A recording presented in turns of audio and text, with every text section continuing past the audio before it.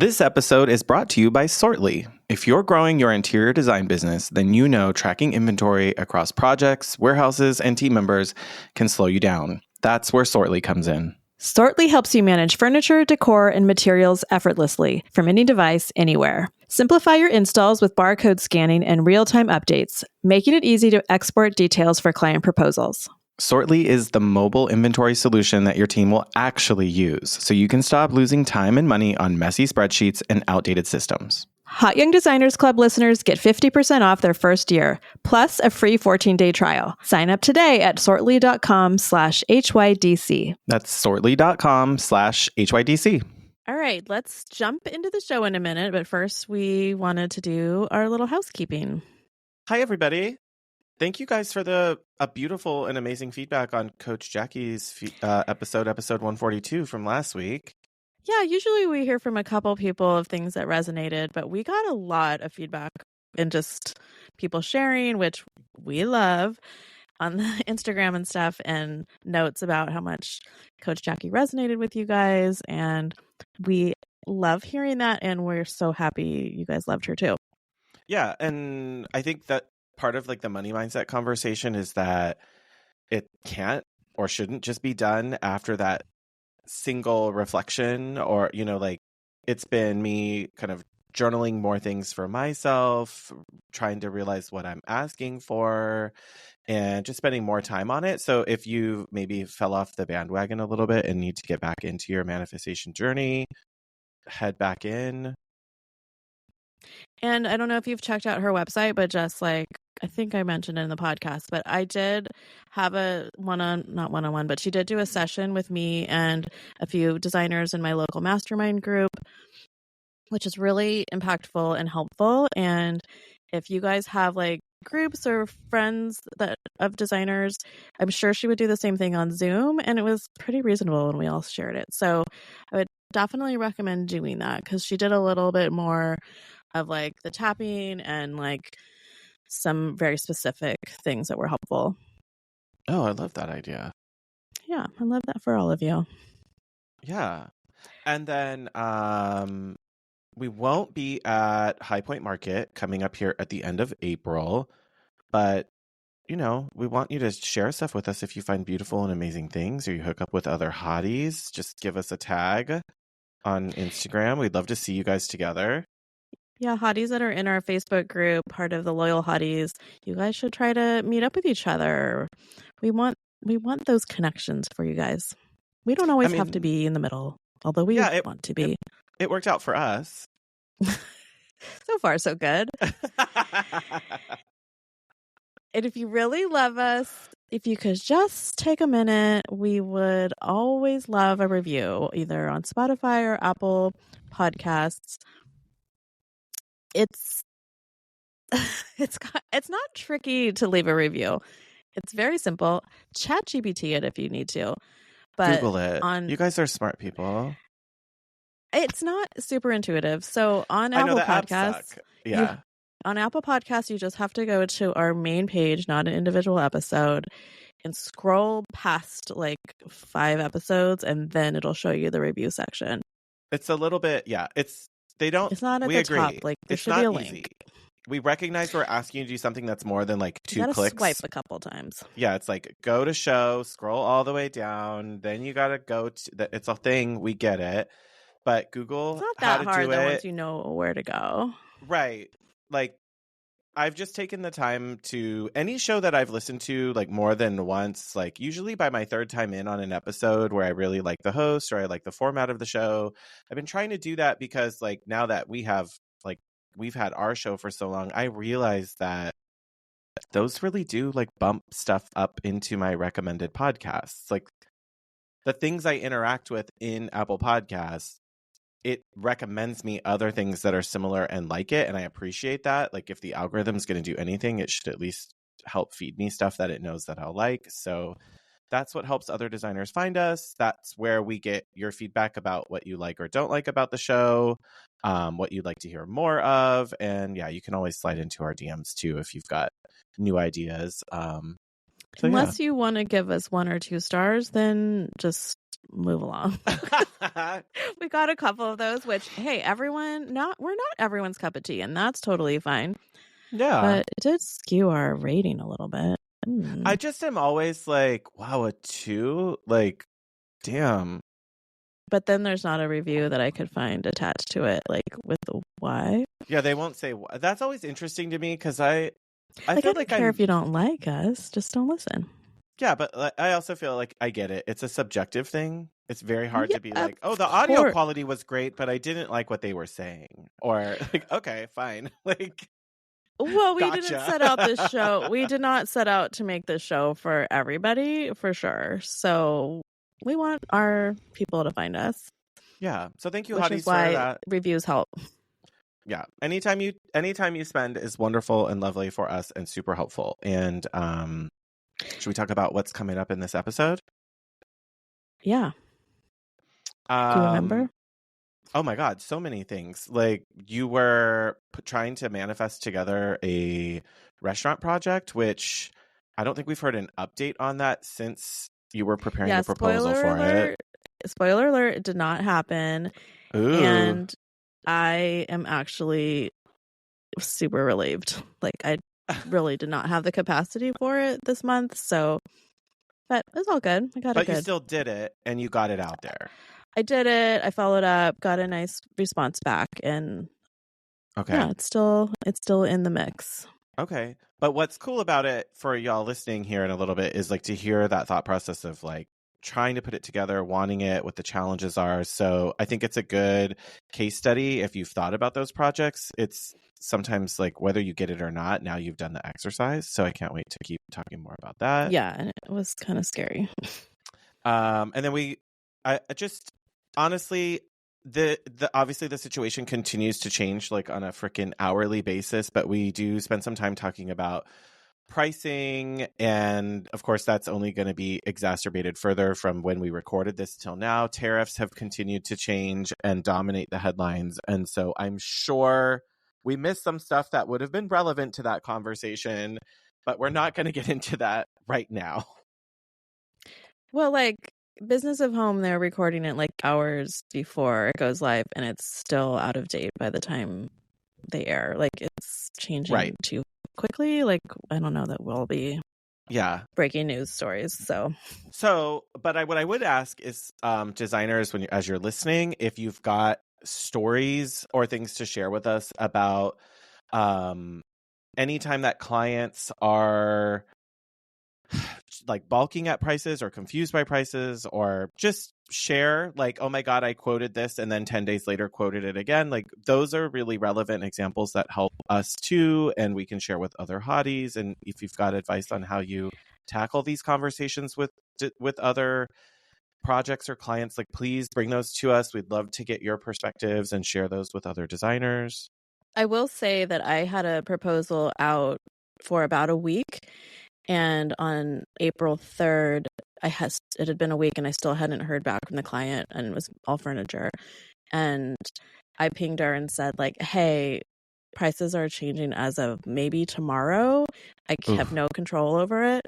So if you're still wanting to do this, I would get on it. And she paid within the hour. So, oh my God, it's a great motivator. If you do have stuff in the mix, I would definitely float it, because I think at any moment a vendor can say effective immediately X% increase, and then you could have gotten it. So double check your like. Yeah, I did have one 4-hands piece change, but it was only like $20, so I just absorbed it. Okay. Yeah. But this is going to keep building, I think, and we're just keep sharing your experiences with us, hotties, so we can keep adding. Like it's in the news, really happening, like as we speak. If you are, I would also add, I've been thinking if I do send a furniture proposal, I'm going to say this is good for like 48 hours. I mean, or that's put generous. Something about it being like subject to change at any moment by tariffs increases. I mean, I do feel like I need to look back at my language, because I have mine for 7 days right now. For product. I feel like I might need to tighten up my language a little bit. to figure that and out. probably put it in the notes to clients so they see like, hey, I can't guarantee this pricing at all. So yeah, I feel like that's part of the process is like, oh God, I would love to know. Maybe we need to talk with other designers. Okay. I want to know more, but we're not going to go into it right now. But I'd love to get my language tightened up on how long you say they're good for, or if you do, or if you just say prices are subject to change, and if they change, we won't order it. We won't order it, and we'll come back to you to talk about the price change. Mm-hmm. Like that might be enough of a cover for us all. So I don't know. You'll hear us talking about prices in this episode, and I think it's still a really relevant conversation. Yeah, it might be something we talk about in the Hottie Hangout on Friday. Oh my God. Today, if you're listening. One more complaint session. Oh. No, I'm just kidding. All right. Hotties, enjoy this mixed bag episode. For those of you listening to this on the podcast, we also do these on a regular basis in the Patreon community. That's for the loyal hotties who pay our monthly membership. So this is like a preview of what you get with those episodes. But we just can't like screen share and show you all the backstage details that we normally get to do when we do those. And some of the hotter tea, yeah. Some of the stuff we have to keep private. Okay. Anyway, enjoy this fresh one. On to the show. Welcome to the Hot Young Designers Club podcast. I'm Rebecca Plum, your big sister. And I'm Shaun Surha, your GBF. We're not that hot or that young, but we believe it's a state of mind that helps us build adaptable and profitable businesses. We rely on the support of our design besties to get through each day. So let's explore the emotional, practical, and humorous sides of being interior designers. Welcome to the club. Hey, Shaun. What's up, Rebecca? It's Friday. It's Friday for everybody. If you are tuning in, day one. IRL, yeah. So we are doing another mixed baggie. Mixed baggie? I feel like a baggie of drugs? Like it's just a little treat bag. It's like when you leave the kids' party and they give you a little bag with junk in it. Yeah, a goodie bag. Hopefully. Yeah, hopefully it's not just junk that you immediately like throw away at the first gas station you drive by after the birthday party. It's an adult goodie bag. That's not right either. That's something different. Sorry, that's totally different. Have you seen the movie Party Monster? Mm-mm. With it's based on a true story, but Macaulay Culkin is in it. Seth Green is in it. Actually, Natasha Lyonne is in it. It's got a lot of, but it's based on the true story. A lot of child actors. Yeah, and it's like set in New York, and it's like crime/documentary, but also a dramatization. It's very, very early aughts. It's like literally came out in 2003. 100% Is it a documentary? Recommend. No, it's like based on a true crime story, but it's very like club kids in New York City, and it's following like the story of like a real people, like the Bling Ring kind of. Different story, yeah. But this is like these club kids in New York City, and they're in like the kind of alt LGBT culture, and they go out clubbing and they're doing these drugs, and that's the only reason why that came up was like, for everyone listening to like where my brain bounces from is like adult party favor, like party favors were drugs, like giving out party favors, right? But I do recommend Party Monster because it's kind of trippy.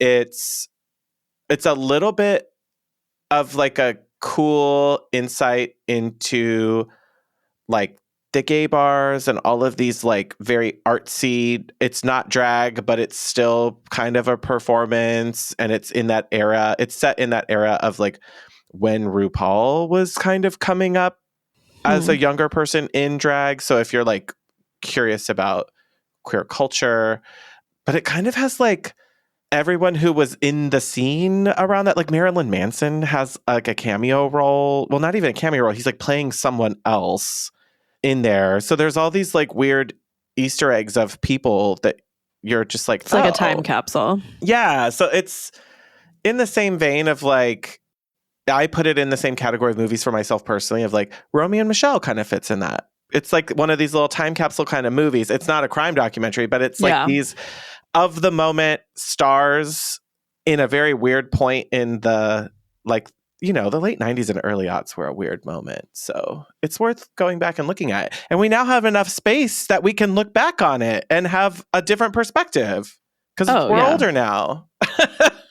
We sure are. Like, anyway, sorry not to be existential, but yeah, looking back on 20 years of it, you're just like, oh God, what were we doing? And that's a good movie that goes, what were people doing in this like rave party culture? Anyway. I was being 30 years old. I was going into the bars and like sneaking in and trying to figure out like my gay identity post high school and like, yeah, weird time. And your little tight mesh shirts. Oh my God, not me. But tight t-shirts for sure, but not that. Yeah, not. God, my body dysmorphia could never. Yeah, that's a tough look. Yeah, no kidding. Okay. All right. Welcome to the mixed bag. Welcome to the mixed bag. Okay. I just want to talk about a little update, which is just crazy. It's not, I don't know. I actually listened to our Just Stop episode because we got so many comments on it. Like, I love them. I know. I mean, everybody does. Probably not everybody, but a lot of people do love him. We hear the most, I don't know, just like funny quotes back to us from those. Yes. So I listened to it again. And at the end of that episode, which we recorded, I don't know, 2 weeks ago from today, like when we're recording this right now. So probably when you guys are hearing this, it's like a month ago. Yeah, but from the time you and I are here today, we maybe recorded that 2 weeks ago. And at the end of it, I go on a rant about restaurant design. Yes. And I actually say, you told me to write a letter to the restaurant owners. Well, you said write a letter to the restaurant owners that I did. That I had some complaints. And I said, I'm writing the universe a letter saying that I'm like here to help. And the universe listened, and I'm like kind of freaking out about it. I think I blocked it out as soon as I said it because when people, I don't know, I never remember anything we say after we record it. We would be the worst witnesses for like anybody's lawsuit. Like, and they're like, girl, you're on.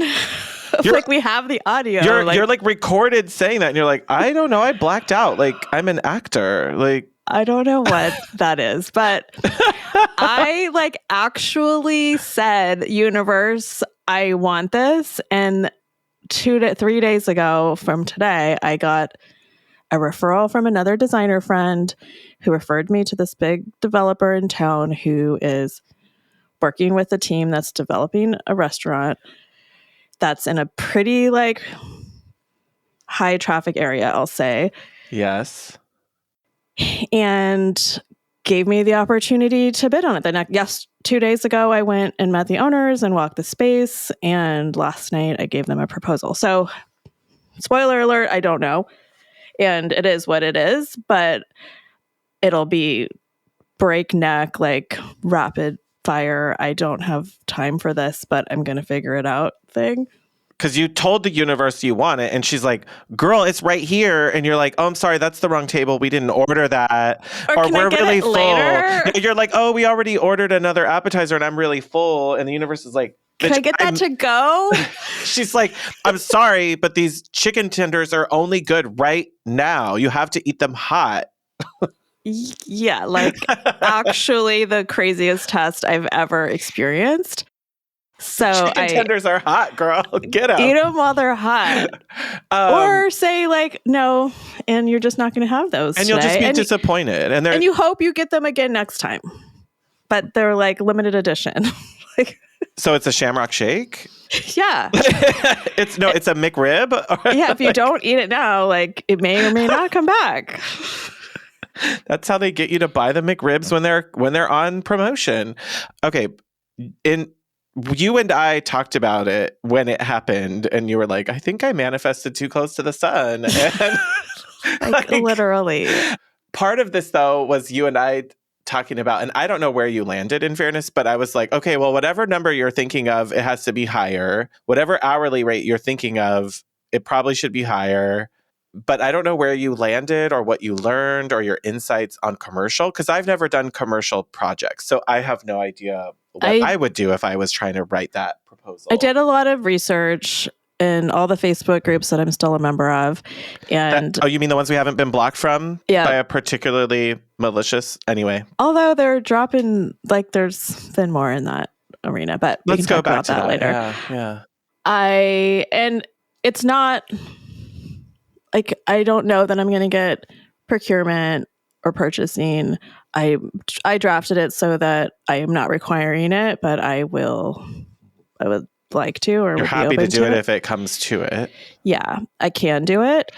It's more of like, I positioned it like I can do it. And I made it flat rate because I know they like to see solid line items they can budget in. Yeah. I made it higher than I felt comfortable, but it could be too high. Like, I don't know. Restaurants, like even big ones that are going to have a lot of backing and press and all of that, they still operate very close to the bone. I know. But then it's like, well, then why would you go out of your way to do this job on the month that you're about to have like a really big install out of state, plus spring break plus all your other work that you're just trying to, like, you're already talking about how your calendar is too full to like think straight. So totally. Yeah. So that's why I'm like, fine either way, honestly. But I just, more is like, I had to step up to the plate of like, am I really going to walk the walk and figure it out? Like, I'll figure it out. Like, I'm going to pull together as much help as I can, even though everyone that I know is somehow gone. Yeah. During the next few weeks. Because it's Easter time and spring break time and everybody's gone. And also, oh wait, you didn't talk about that part.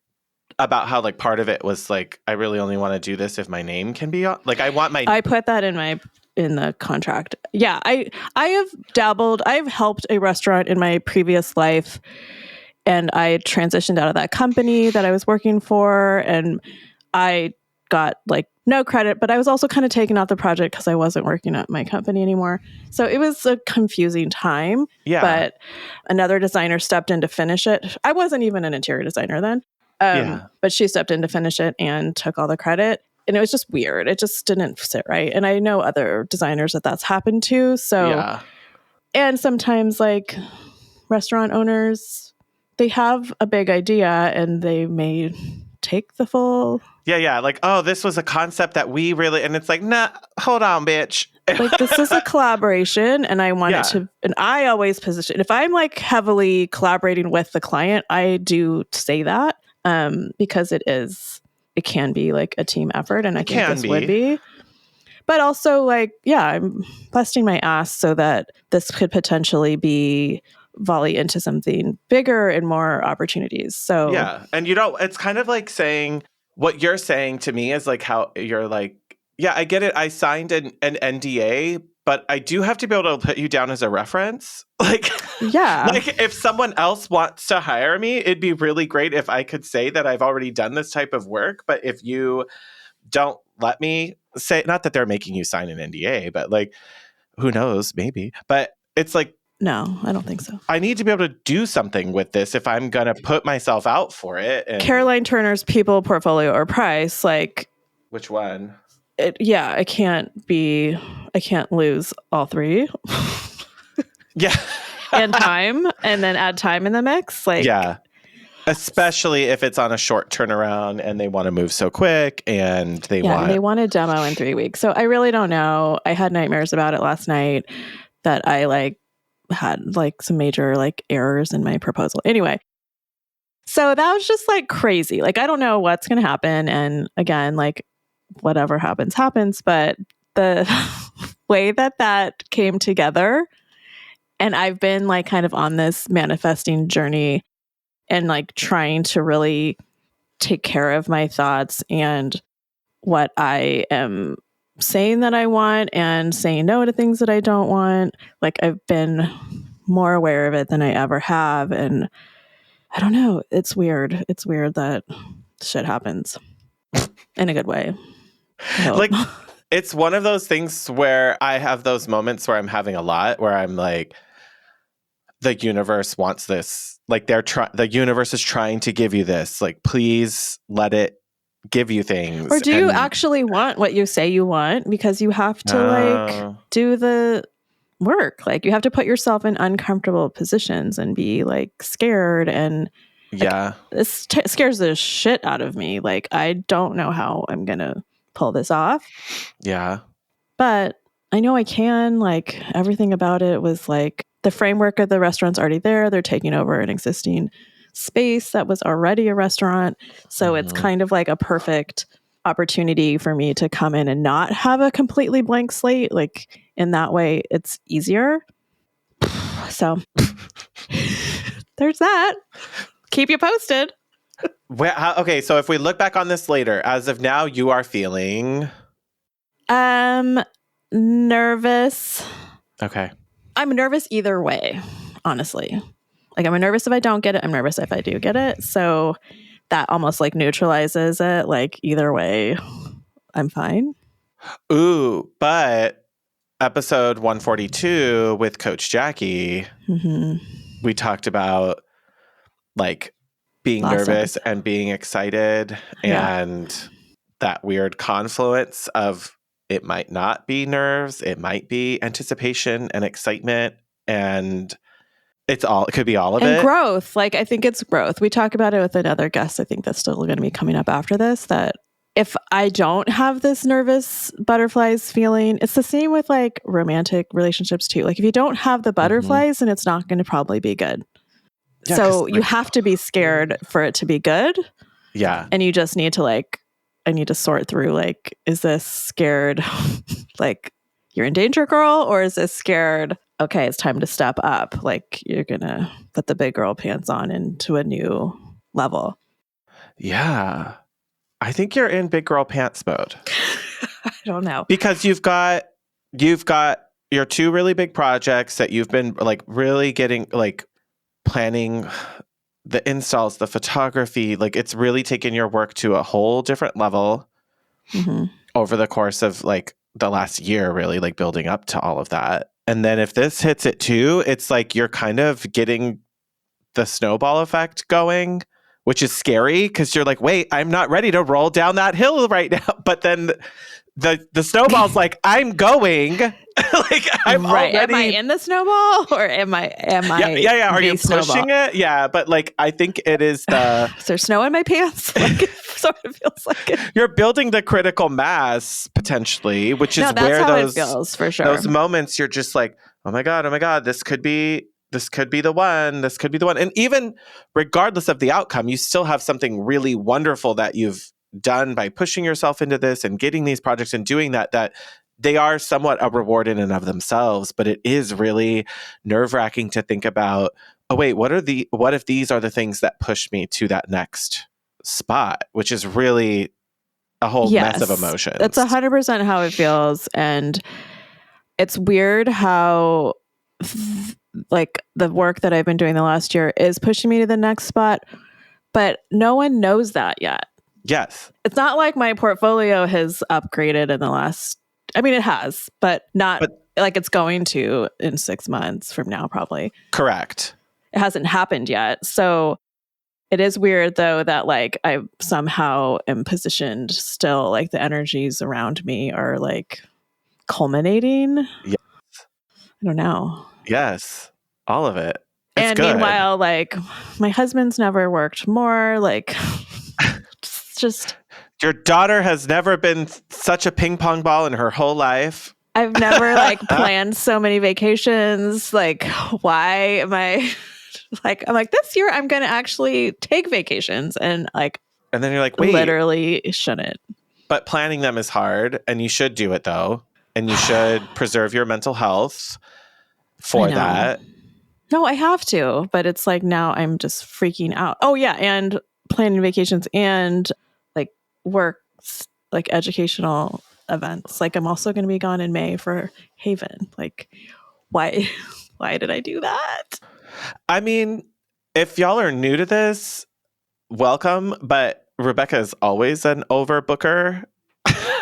But I thought I was doing the right thing. Like, I planned this in December. Like, what? May? There's nothing happening in May. Well, as of December. You said, because past version of you was more maybe less optimistic, because now current version of you is like, wait, we're throwing in potentially a whole restaurant / commercial project. Right.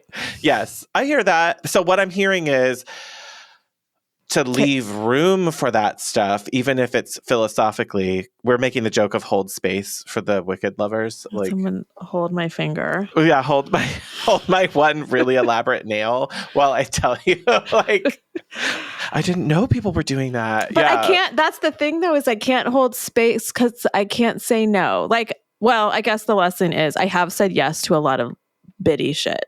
Yes. So, like, I also last time talked about the Franklin Covey, like, rocks and sand. Oh, I forgot the last bit about that whole Franklin Covey thing is there's also water you can always add. Oh, God. After the sand, you add water and there's still room for that. Okay, but that's making quicksand. And it's filling every single, like, you're creating concrete now, which locks you down. Solid. Yeah, because you've put in big rocks, small rocks, medium rocks, sand, water. We're talking about making concrete, and now everything is locked and you can't do anything. So that doesn't sound great to me. No. So what I did was say yes to too many consultations, honestly. Have you pulled back on availability for those? Yes, I did do that. I think my assistant did that yesterday. But I've committed to a lot of designer on calls. So I've got to, like, get those moving. I've had a lot of discovery calls recently that just aren't, like, people are either like, I'm like specifically like not ready. Like, you have the call and you're like, no, why is nobody ready? You're not ready, which is like, it's good. Have the call, right? Like, go ahead, do your thinking, right? And it's good for me to say, you guys are not ready to do this process, or maybe like budget is why they're not ready. But for some people, it's also the way that they're living. Like, a couple jobs that I got calls about it's like, no, you're not going to be able to live in this house while you're doing this stuff you're talking about. Like, you need to figure out what your living situation is going to be. You have like toddlers. Well, yeah, like every kitchen and bath is going to be out of service, and what, you're just going to use the hose in the yard? Like, I don't understand, because but it's wild to me that people don't think about that stuff, because we naturally think about that, but they don't. Like, they have no kitchen or bathroom. Yeah, I've just had people who are not. Yeah, and they're like, well, we'll just figure it out. Like, I think we're both talking about different versions of figure it out. Like, because, like, you might have to use the bathroom, like, immediately at some point. Like, how are you figuring that out? Like, you can't. Yeah, you can't drive down the street. Yeah, like, that's the kind of stuff where I'm just... Go to the gym in the middle of the night? My flabbers are gasted by how little people actually plan or think ahead to these types of consequences. That's just denial. Of like, it won't be that hard. I'm like, are you just shitting in a bucket? Like, what are we doing during this remodel if you don't... With your children? Yeah, like, this isn't... I'm sorry, we're not in some weird third world type of prison situation, or like, you're not being held hostage in someone's basement. Like, we don't have to live like this. So yeah, I think it's the like, but it's just so expensive, and to rent somewhere else, or they don't want to live with family. I'm like, that's why it sucks. It sucks. Yeah. Like, the answer is not, let's make the more sucky decision of trying to live in it while it's happening. But okay. But those people, I do feel like there's like a readiness factor and saying yes to bitty stuff. Like, it's all kind of in the same zone of just like, I could have pressed those people to move ahead, but I'm giving future me a whole lot of problems. And I don't want to do that. And I really don't want to say, yeah, let's go ahead and get started. We'll figure it out as we go. It's like, schedule your consult when you're ready for that type of stuff. But it won't make sense for me to come and meet you and write a proposal for you when you're not going to have your shit together for another 6 months. Like, well, and I don't want to be involved during that getting it together time. Yeah, I really don't want to hear from people I know I've had a lot of discovery calls lately too, which I think is interesting. Like I feel like people are like starting, like I've had a couple people buy new houses. So I think there's movement happening.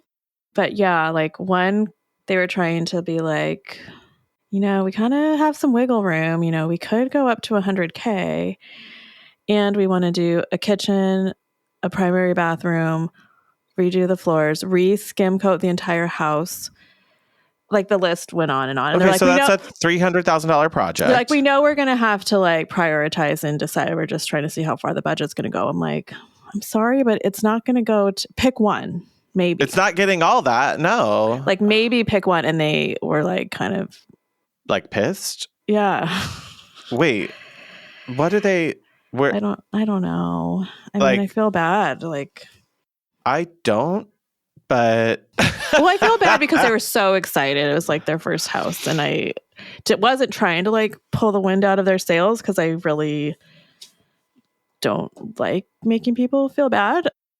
But I was just trying to nudge them into reality of like what they're really going to be able to do. So I don't know, but also not bad. Like I want to go through the whole. Yeah, like I don't feel bad enough that I'm gonna do I don't want to be part of it. Yeah, I don't want to be part of it. Part of it if they're not like okay with the reality. I feel that. Yeah, I guess I'm not understanding that logic though. Like, did you not even Google anything before calling me? Or I don't. But people could be talking to their parents who renoed 20 years ago, and they did do their kitchen for $25,000 somehow. Like, and what was the quality of everything and. Yeah. It's probably possible that that's a true story. Maybe. The numbers are pretty wild if you haven't been immersed in them like we have. I got another couple call and they had $300,000 to just furnishings only their whole house. I'm like, oh yeah, we could totally do that. They're like, but we have nothing. Like we're coming with a suitcase of clothes. I'm like, oh. Like no beds, no mattresses, no kitchen, like cutlery. I mean, starting from zero is like really hard. We can make you have a livable home for sure, but we might need to focus on some key areas. Yeah, but okay, like in fairness, like I could Google stuff or ChatGPT stuff here. So like, I literally just asked ChatGPT, how much will it cost to remodel a residential kitchen in Los Angeles County? Basic kitchen remodel, $35,000 to $55,000. And that includes refacing cabinets or installing budget cabinets like IKEA or stock, mid-range brand appliances, laminate or basic quartz countertops, simple backsplash and lighting updates, minor layout changes. That's not inaccurate. Like basically cosmetic finishes only.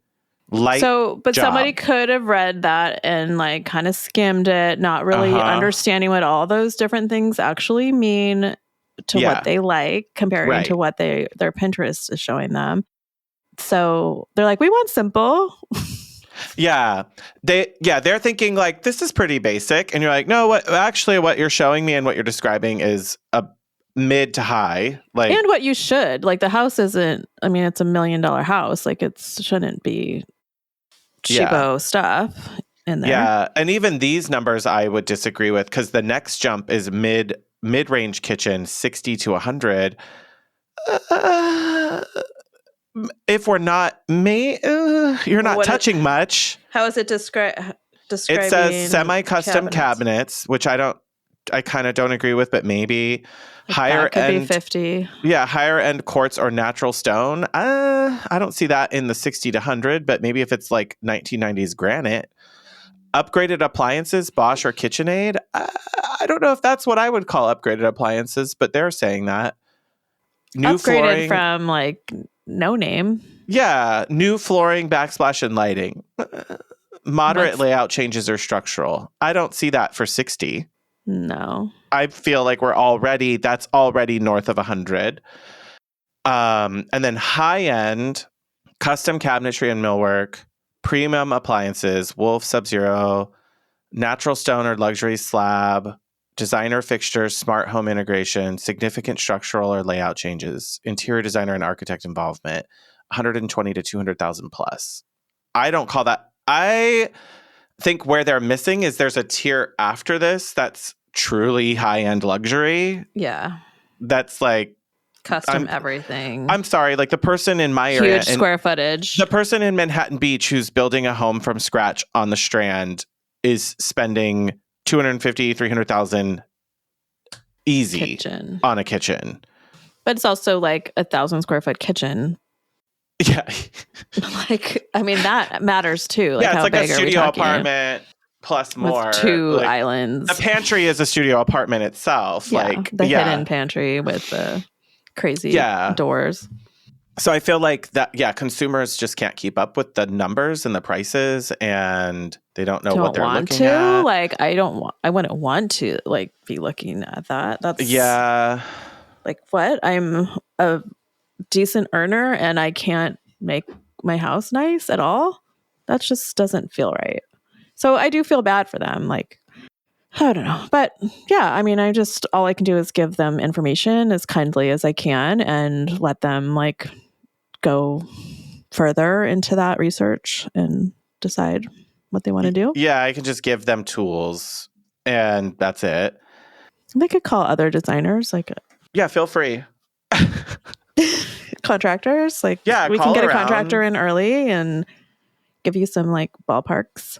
Yeah, I think you were talking about this a little bit because we're talking about pricing of just, we are getting emails every day about prices going up and increases and adjustments. I don't know if you got the emails from Noir. Like, I swear it was 2 weeks ago. They're like, good news, our pricing went down. Like, we dropped our prices on, I don't know if they got rid of a fuel surcharge or something. I didn't really pay attention. And then like, it was literally like 2 weeks later. Oh, by the way, costs are going up across the board, tariffs, blah, blah, blah. As they gave a date. So I'm in the middle of speccing a couple Noir pieces for a project, and it's like the project's not moving that fast. And like, at first the old part of me was like, oh, I should get this under their nose and get them to just like order now. But we only had until like, maybe there's a week until those prices go up. Oh no. And I'm like, no, so what's going to happen? I'm going to give them the old price. They're not going to do it until after the deadline. And then I'm somehow like eating this percentage difference. Yes. So I'm like, no, I'm just going to give them the increased price. And like, we all can just assume that's when it's going to process. Yeah. Just add on the number. Knowing they gave a percent. It was like 4% upcharge or something. It is a little bit hard to keep up with because I don't want this, but I still do feel pretty, I don't know. You're going to be annoyed because I say this, I've been saying this for years now, but like everything is overinflated and the quality didn't go up to the same degree. Mm-hmm. And consumers are that, like, we're seeing that. There is a pushback. There is like a slow in that kind of spending. Like, people are consumers in general, not necessarily all designer consumers, like the consumers who buy from us, but like in the grander scheme, people are tired of feeling like, oh my God, this is like literally a fucking Big Mac. It's not a $10 meal. Like, that quality and what you're getting for something doesn't add up. And the way that people respond in like supply and demand is like, well, then I don't want it. Like, I won't go do that thing. I won't buy that thing. And the justification is getting harder when you look at, like, not to be mean, but like some stuff from some of our vendors is literally just like pressed board with a very thin veneer, and they're selling it at what would have been even just 6 years ago considered like a higher end or mid to high end product price. But it's really not far off from stuff construction wise that you get from IKEA. It's just style wise, it's nicer, but they are value engineering to try to control the costs. So like, they're not just, I don't think, Scrooge McDucks out there trying to get more bottom line. I think their costs are going up. Their freight costs are crazy. Yeah. and they're trying to probably like control the end cost so people can still buy things. So I know. I mean, it's like if you were from 100 years ago and you were transplanted here and saw the price of a cup of coffee, you would be like, what? Like, that would just feel so, it's not 1 penny anymore, it's $10.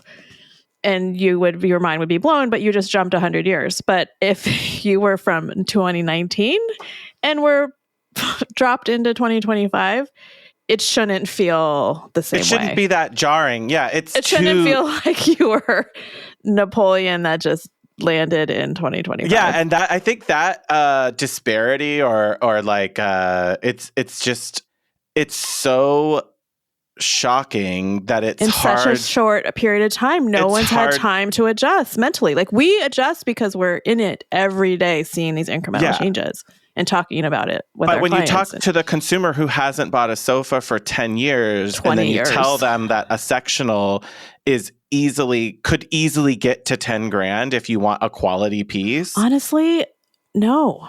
Like, I don't think you can get one for under. You can get the cheap shit. It's not going to be us though. Not but ours. like, okay. Yeah.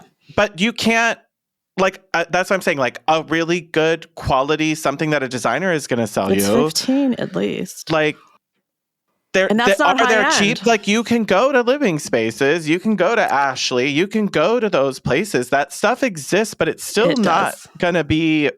But I think consumers they're not seeing it. They're just not there. I think I just don't see it. No, and I don't. That's the thing I was saying with the other couple. Like, I don't blame them. Like, how would they know? Like, they're in a different industry, I'm sure. Like, living in a totally different reality and hearing the news and the chatter. But when it like the rubber meets the road, like, oh my God, are you serious? Like, I thought I had $100,000 at 6 figures in my bank that I can spend. That seemed like a lot of money to save up. I know. It is a lot of money to save up. It is a lot of money. I know. It's just, it's not going to get you what you want, and you're going to be disappointed, or you're going to have to sacrifice so much on quality. And I do think that we know that a lot of our hotties who are listening are still very much working with real families, with real budgets, and like, not independently wealthy. Like, like, does that make sense? Yeah. Hey, designers, are you feeling isolated? Maybe looking for some more community? That's why we created our Loyal Hottie membership. So for just $10 a month, you get the following. We give you all the real conversations with other designers. Every month, we host a Hottie Hangout live on Zoom. Once a month, me and Shaun do an exclusive episode. This is the less filtered hot tea version of the podcast with video. Yeah, because you need more of that. You do. And we have a private Facebook group that's just for the loyal hotties. It's a safe place where they all connect and share information and resources with each other.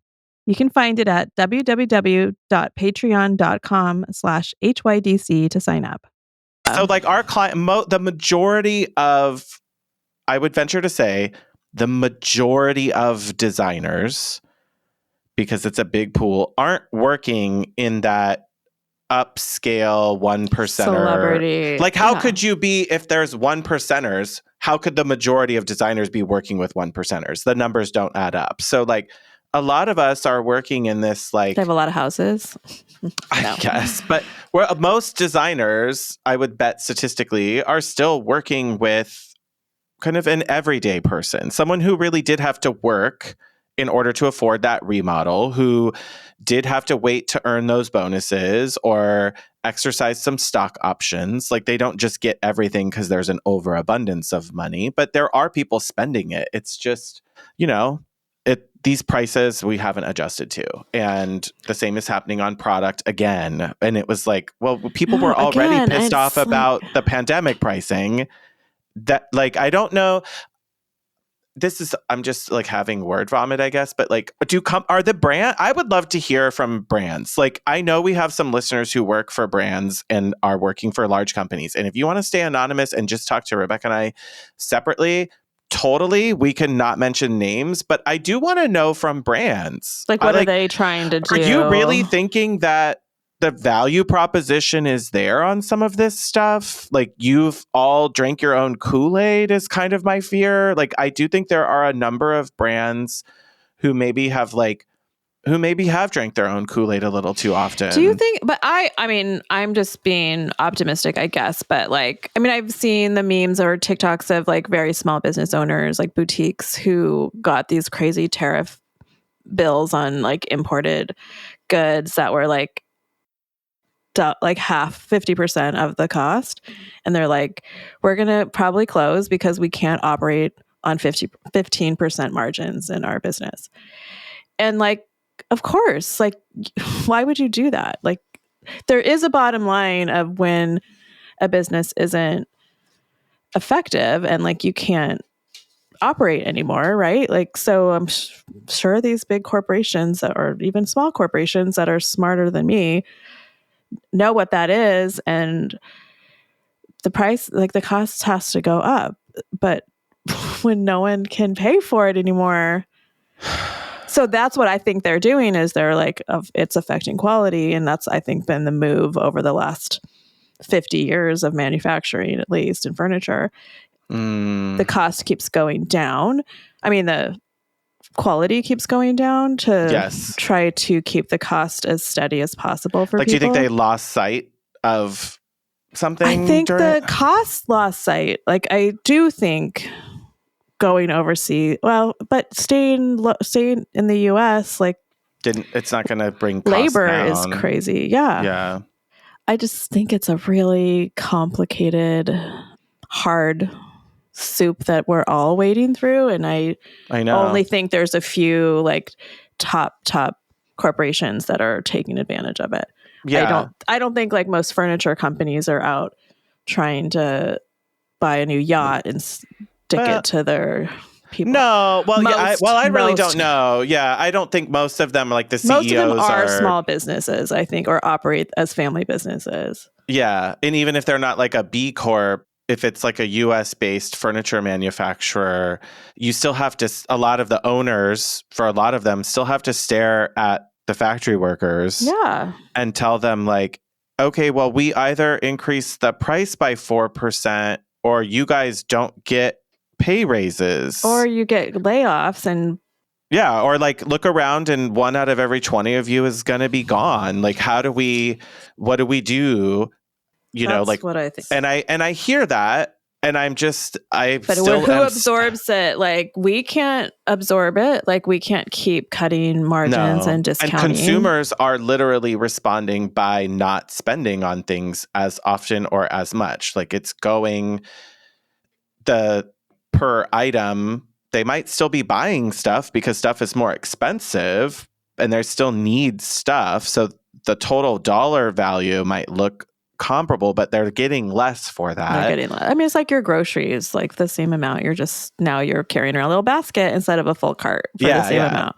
So I think that consumers are still actively struggling with that. Like, we see it, we hear about it from people of just like, oh, that seems high for this, or that seems whatever. Like, I agree. Yeah, that bid does seem really high, or that number on the proposal is higher than it would have been 5 years ago for sure. And I've been thinking too this week, like a little bit, again, my naive optimism probably, but I have, like I said, we've been getting a lot more calls and people who want to do stuff. So I do think like, yes, we're freaked out. Like, there's a lot in the world and economics that are freaking everybody out. But I do think maybe there could be a response for people who just want to feel safe and comfortable at home again, like back to like that pandemic kind of swing and mindset of like, you know what, I'm just going to spend the money we have just to comfort ourselves at home because shit is wild outside. Like, the zombies are coming. Like, let's just get a comfortable couch to sit on. Like, I don't know. Like, do you think that? Like, do you think this like, well, why do you think we're getting more leads right now? I think so. Like, for my leads, I think it's the people who should have been doing this during the pandemic or doing this much, like they've put it off until they thought things were going to clear, or they were hoping things would settle, and then they're realizing it's not settling. It's not getting easier. Contractors aren't getting better. I like for a lot of the people I've talked to, it's like they were like observing from the sidelines of everything. And they're like, well, we've been talking about this for a long time, or we've been doing this. Like we keep coming back to this. And now they're stuck in their houses because the rates are wild and they're not going to move. So that bathroom they thought they could live with for a lot longer, they're now faced with, instead of 5 to 7 years with it, it's 15 years. And they don't want that. Right. But I think they're like the regretful buyers, where now they're going to be like somewhat pushed. For a lot of the people in like my tax bracket that I work with, they're going to be pushed like they're in into an this more uncomfortable position than they would have been 4 years ago. Like they're not going to get as much. The dollar won't go as far into the job. They won't get to do as many of the little like collateral things. Upgrades. Yeah, like, and they're going to have to make some choice decisions, and they're just not going to like it as much. And I hear other, like, some of these snarky, I don't want to transition too hard here, but there's like the snarky people. There's snarky people in our industry who have styled themselves as, let's just say, coaches. Styled themselves as coaches. People might say that about us. Maybe. But what other people say about me is not my business. True. But I think that this answer of like, well, the answer is just to go up market. You have the wrong client. The answer is to go up market. The answer is to go up market. Sometimes I hear that, and there is validity. I don't want to say it's not completely wrong. However, that's not a reality for every designer's skill and experience level. That's not reasonable for the clientele that is accessible to every designer everywhere. And so it just feels like what they're really saying when they say that is, fuck off and go I don't have advice for you unless you're already or willing to be doing only this. But they feel like their contribution to the conversation is just, well, you're talking to the wrong people. You're in the wrong market. You're not, you need to be selling to the people who are the 1%ers. You need to be doing this. And it's like, I hear you. I mean, they're right, but also not everybody can do that. So yeah, you should just date a hotter guy. Like, well, okay. Yeah. Why aren't you just could? Yeah, like you should date hotter and richer. Why aren't you dating a multimillionaire? It's like, I'm sorry, I don't know how to talk to multimillionaires. I have nothing in common with millionaires. I can't dress They're not in my network. They're not in I can't dress like them. I can't speak like them. I'm a 7, like generously. No, like I'm like, I can't fit in with the supermodels. 15 years ago. Like I can't keep up with those people. Could I make adjustments or changes and slowly grow myself, or pull an Anna Delvey? But I have to get there somehow. I don't want to either. Like, I'm happy with my little 7 life. Like, yeah. I just want to have a normal little life. Like, most designers are just having a normal life, and that's what they want. And they want to stay busy. Yeah. Put food on the table. So I know. Yeah, not everybody can do that, or should. Yeah, not everyone can move up market and work with 1%ers, and it's not what all of us want to do. And so that I don't believe there is that answer. Like, I think there is a place somewhere in there, but I don't know. I'm just not inclined to believe the people who are like, well, the answer is this. And it's like, okay, that worked for you, but it won't work for everyone. Like, kindly F all the way off. Like, so what do you say? Like, how would you help the people that have like pretty middle class networks and clientele and designers stay there? Yeah. I mean, I think the strategy for that, unfortunately, like when I hear that, it's a trade-off. Okay, you don't want to head up market, then you have to price yourself into what your market would actually support. Mm-hmm. Like, even if that means your hour, like, hey, everyone in my area is charging $150 an hour. You're going to have to find out, what do you provide that is so much better than those people that it's easy for people to see and justify if you're higher than that. If you're not, how do you get up to that? Like, what can you do that gets you to that level? I think, yeah, I don't see how you can, even if you broke it down and you're like, oh, on average, I make $10,000 for every kitchen remodel I do. You're going to have to do a lot of kitchen remodels if you want to make the same amount of income that like someone working in luxury can make from one project sometimes. Yeah, and there's different trade-offs. It's a volume game. You're also having less probably pressure and expectations on you. Mm-hmm. I mean, I would say I agree, and it's like dig into being more efficient. Like, yes, value engineer your service, I guess. Like, get some veneer, strip away any solid wood. Like, do what you can to still be good. Like, still make it functional and not like fall apart and be shitty. But from a business perspective, you mean? Yeah, like streamline your services, get efficient, use like as many tools as you can to get like your busy work taken care of so that you can just be doing the things that really only you can do and your clients want to see your face doing. And that might mean you're spending money on those things like services or freelancers or people. I know people really like I started thinking about this recently too. People get really like hyphy about monthly payments and apps and stuff. And it's like, you spend $200 a month on apps and they replace like an entire employee? Yeah. Probably. Yeah. Like if you had an entire employee using an abacus to like do your bookkeeping, that would be 2 people. So, or you'd just be like, or you can buy a calculator. Yeah. I know it is about, there is sometimes this like mental block of like, it's back to like it's not being caught up. Yeah. This is like, what we do. Yeah. It's like, it's just one more thing. It's like, okay, but like, let's dump out your purse. Do you do the same? It's just one more thing I have to carry.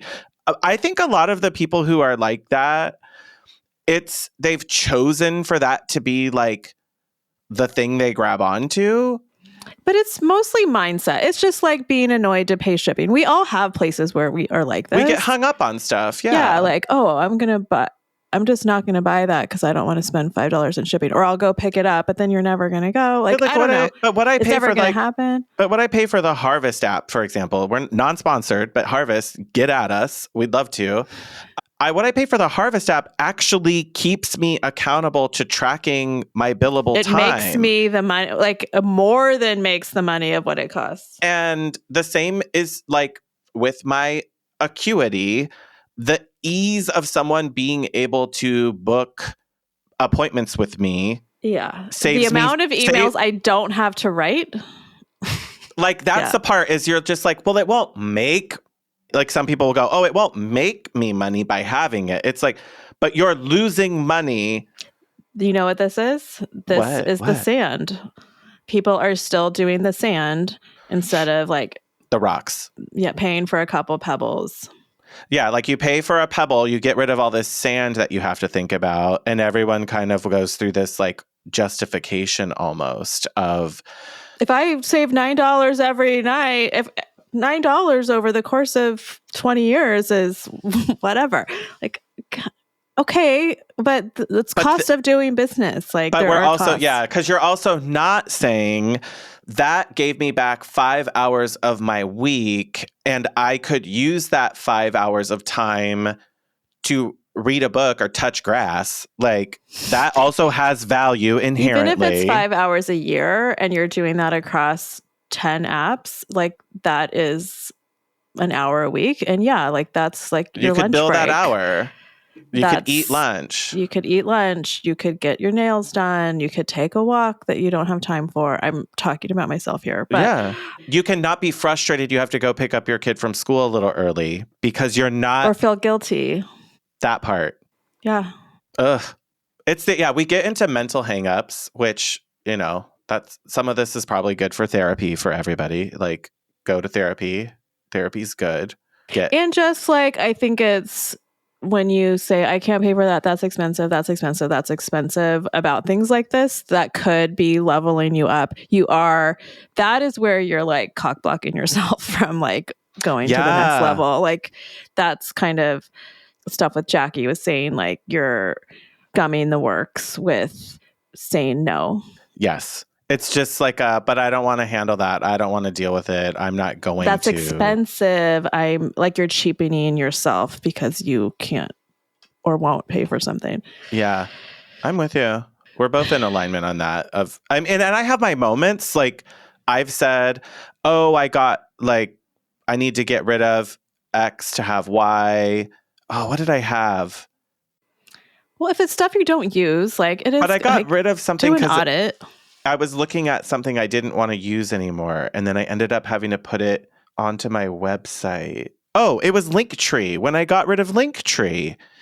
And at first, when I said it, I was like, oh, I'm just spending money on this. But then really, when I analyzed it, I was like, it's not about the money. It's that I'm paying money for something I already have. Money for. Like I pay for my website hosting that has the ability to replace Linktree, but I'm also not getting the advantage of the traffic and all of that. That's different because it's not just a financial. Yeah, it wasn't really the money. It was the money made me pay attention and had me question when I looked at my expenses. I went, but wait, why are we like, and you would do that in any business. You would say, hold on, does this still serve us? Do we like this process? And I've looked at that when I've looked at my receivers. I'm like, okay, do I feel I'm getting the service level that I need from this receiver?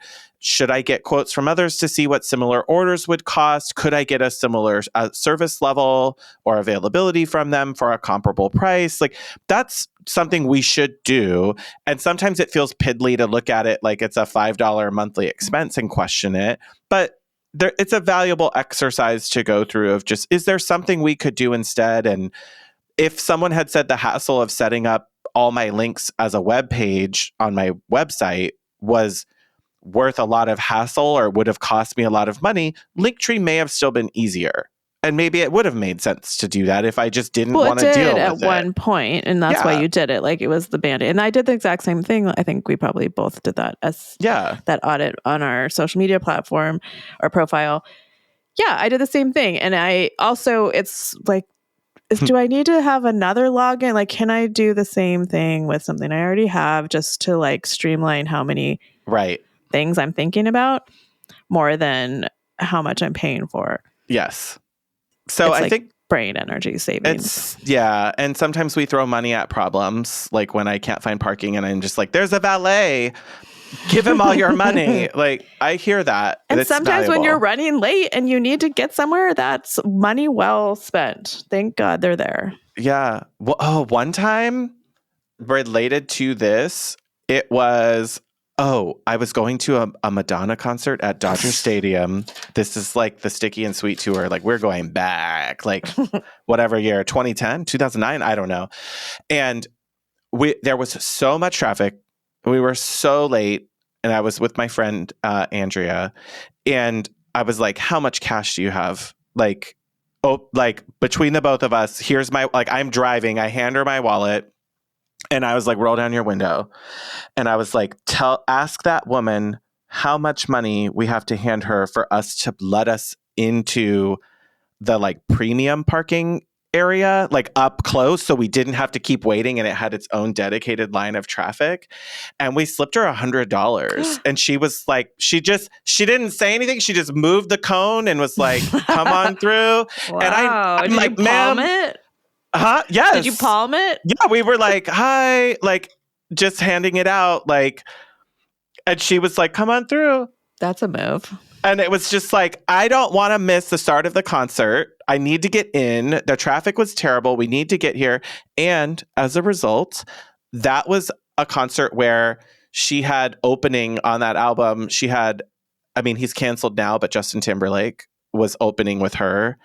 And Britney came on during the first opening numbers, and Britney was there, and that was right after Britney's breakdown, and we were in floor seats, and Britney and them had like, because it was on the floor of a stadium, the only way in and out is like on the ground, so all of the guests who were coming in had to pass by the floor audience to get on stage and off stage.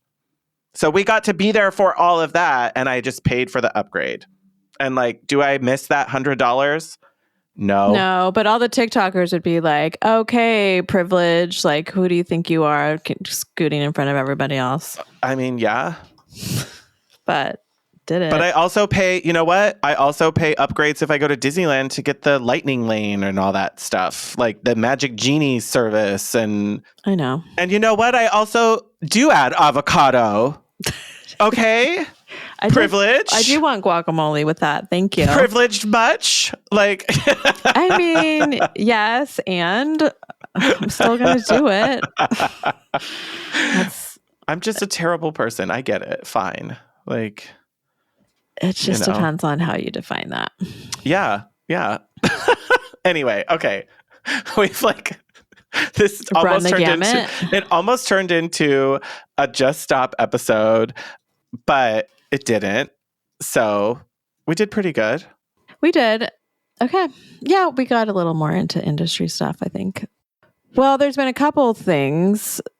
So after we recorded that Just Stop episode, more like ripples went down. There was another group, Facebook group entirely, that somebody independent of us posted that she was like, did anybody else suddenly get removed from this other group? Yes. And there were a lot of folks in there that the same thing happened to. And I responded to, and it came to light that they were all somewhat involved in like mentoring of some sort in our industry. Mm-hmm. And then I have friends that are still in that group, the original group, who have been sending me updates that I guess that other post got back to the original group, and that the owner of the group said that they have never removed anybody, which is... It can't be true. I'm sorry. Maybe they didn't, but somebody we did say that. I was like, maybe someone on their team or another moderator did. And maybe they don't know. Maybe they don't know what they're doing. They never committed fraud, but all my employees did. Like, I'll give them the benefit of the doubt. It's just, and I guess the rules did change that no coaches or mentors are allowed in that original group, which is just kind of, that's sucky because it wasn't the original intention of that group. I mean, it was like no advertisements or self promotions, which again, we never do. Yeah. But now a new moderator came in and changed the rules, which just changes the dynamic, and whatever, it's your group, do what you want. But it's unfortunate. It definitely doesn't. It's not giving community over competition. No. It's definitely giving competition. It also just the way that it was done. Yeah, if anybody posted one of our episodes or something, it got immediately removed. And the fact that I am completely blocked, and maybe it was an accident. Maybe I was meant to be removed and not blocked. Maybe. However, I'm blocked from that group. Like, someone else on one of the posts said they were blocked. Someone made sure that it wasn't just a removal. It was like I don't think so, can't ever even see this. We don't even want him to know we exist anymore. Which that feels particularly malicious. And again, we've never met this person. Maybe they clicked the wrong button. Here I am giving everyone the benefit of the doubt. But maybe they did it to more than one person. Feels a little bit. I'm just saying, if it, and I will just say, if it smells like it, it might be. If it smells like you have poo on the bottom of your shoe, you might have poo on the bottom of your shoe. Maybe you didn't know you stepped in it, but you still did. You still did. Yeah, it's still poo on your shoe. You just didn't realize. And hopefully somebody will tell you, but we can't because we're no longer in the group. But I will say, we don't love having a lot of coaches on this show. Yes. So we get that. We get that you are having a business that you're running, you have products that you're selling, you want to drive people to those. We do a little of that as well. Mm-hmm. And in moderation, every designer and their mother is selling something to other designers. Like, it's just the way we work, where we are all working hard and trying to help each other, and we're also all business owners trying to make money. Right. So like that part, like, I totally get. We don't say yes to coaches unless they have another story that they're telling that we find interesting or we think we can have a compelling conversation around. Yeah. So, yeah, we get that. We do it too, in a way, I guess. Yeah, but we also don't stop all those people from even just listening to the show. That's true. And we don't stop them from being able to contact us, period. And we only have 12 guests a year or whatever. Like, is that what we decided it is? Yeah, 52 divided by 2 weeks. We get anywhere from 25, 12 to 15 guests a year. Yeah, just depending on how it works. Like, we don't host a lot of people, and we're really careful about the stories that we want to talk about. Yeah, and it's Sean's not to always be like, we don't want it to be a condo sales pitch or timeshare sales pitch. Which, yes, you guys probably don't want to listen to that. So, and that's because I'm hypersensitive to it when I listen to other shows, and I'm like, oh, this is just like an ad episode for that. Which it's like, I get it. You got to do your sell your oysters, clams, and cockles. Like, do what you got to do. And if you have 3 shows a week every week and you're filling them with guests, because that's the platform of some shows, like, of course, I'd have everybody who wanted to be on it on. Anyone who wants to talk, let's talk. And there will be nuggets of wisdom in all of those for sure. Yeah, but like, helpful to some people will need to hear whatever anyone is saying. It's kind of like what we're doing though, and I still feel this, is like we're really doing like we kind of do the destination wedding of podcasts of like, it's of the limited guest list because it's a destination that we're going to together. And it's going to be a really intimate affair for everyone. Like, that's how I feel about what we do for the show. And I don't want to have the giant 500 person wedding. Yeah.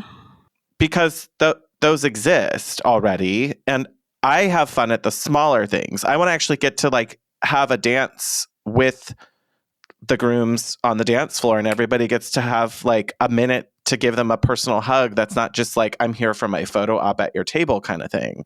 Yes. Like, we're not doing like hard hitting news here. We're not like doing deep dives on every guest. Like, it really has to be a comfortable conversation.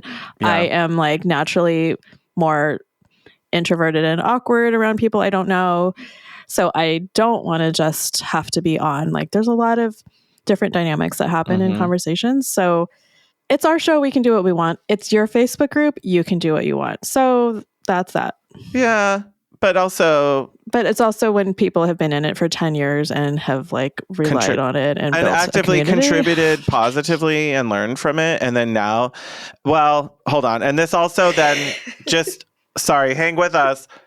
This also got compounded this week by another group who decided to basically turn themselves into a like pay only platform. Like a huge international group with a couple thousand people in it. And now it's just like, sorry.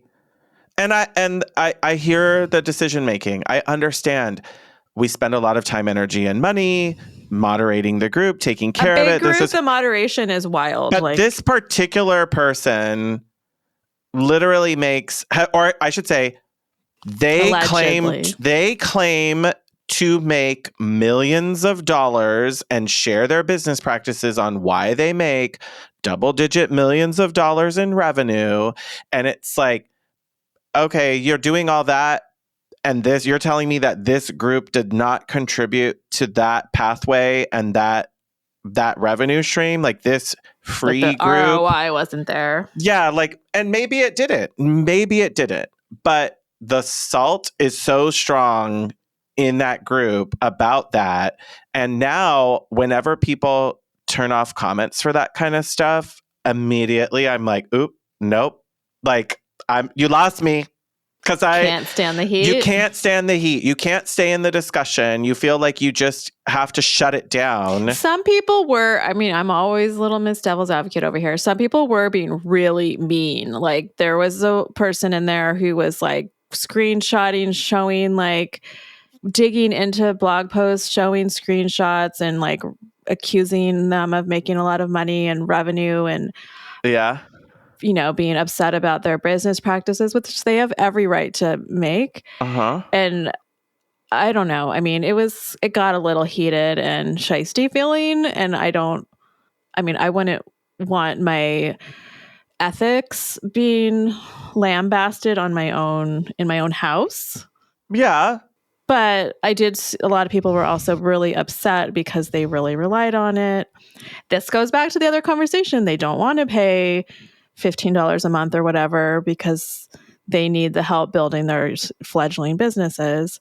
Mm-hmm. And like back to like, well, would $15 a month like help you to make $1,500? And that seems like a small ask. Yeah. But I also think that group isn't going to be as successful because it won't have the volume of a free Facebook group. Yeah, it's only as successful as who's in it contributing and what you're trying to get something that group is suited for. Like, not to be like buy my wares, but it very briefly is like we've purposely built our Patreon to support community and discussion among designers, and it's not necessarily like it's not really a place where we're like it's not amongst designers, it's amongst hotties, and that's like different totally because it's like we're hoping it's just people that are like-minded and helpful and not taking things too seriously. Yes. But we're not there stirring the pot like that other group. She was doing like posts and trying to like educate and bring more. A little bit of coaching. Yeah. No, that's like, what she does. And I'm not mad at someone collecting their bag. We don't have time to do that. And we only made the Facebook group because people wanted it, but that wasn't the primary intention. Yeah. Of creating the Patreon at all. So yeah. And don't you think this is just like what is causing people to like get out of Facebook is like this type of drama and bullshit that they just don't want to deal with? Which I think might be part of the whole move to a private platform. Like there's probably more to it of like she just wants to get off Facebook. I mean, I get it. A lot of people want to get out of there. And the argument is always, well, then Facebook owns your stuff. But shutting it down completely is what I guess feels like the weirdest decision to me of, it's not even there as a sales channel. That's like saying I'm not going to do radio commercials anymore because there's TV. And it's like, well, you got to do in-person events. You got to do flyers. You got to do like, but to say like, I'm going to cut off this whole channel that does it feels weird. I mean, she must know she has other ways of moving people to that group. Yeah, maybe it's the messaging. Huge email list. It's somewhat messaging in like bedside manner. Yeah, that's a big, and that, that's my thing. Like, that's my trauma has taught me like, I see what, I don't want to do that. In both of those groups, I think the bedside manner is a little rough, and it may not be the intention. It's just when we're reading things in email or in text form, you don't necessarily hear tone, and we can like imply tone. Yeah. Yeah, because I don't know. Communication 101. I had to take it in 1997. I had to take a class when I worked in banking called Communicating with Clarity. And it was like a 5-part class. And we analyzed, and I'm to this day still using methods. And I get comments on like, thank you for writing it that way. It was really easy. Like one of them was like, you basically put the purpose or your question right at the top of an email. Hey, I need to talk to you about the delivery date that we have to move. And then you explain it kind of stuff. Yeah. So like I'm still using practice. I wish I could find that. It was like an internal training, but that had been brought like licensed in. I have a little workbook somewhere. It had been brought in from some other agency or someone who, they have all these like companies who create learning materials. So, oh God, if I can find that, I'll share that somewhere. It was I don't know. I mean, to my detriment, I just don't ever want people to feel bad. And I know I've inadvertently done it, but when it's like consistent, it's like, tone goes a long way. Tone does go a long way. Ugh. Well, the especially tone of when our you're episode, saying hard things. The tone of our episode really turned here at the end. Good thing this is private on Patreon, right?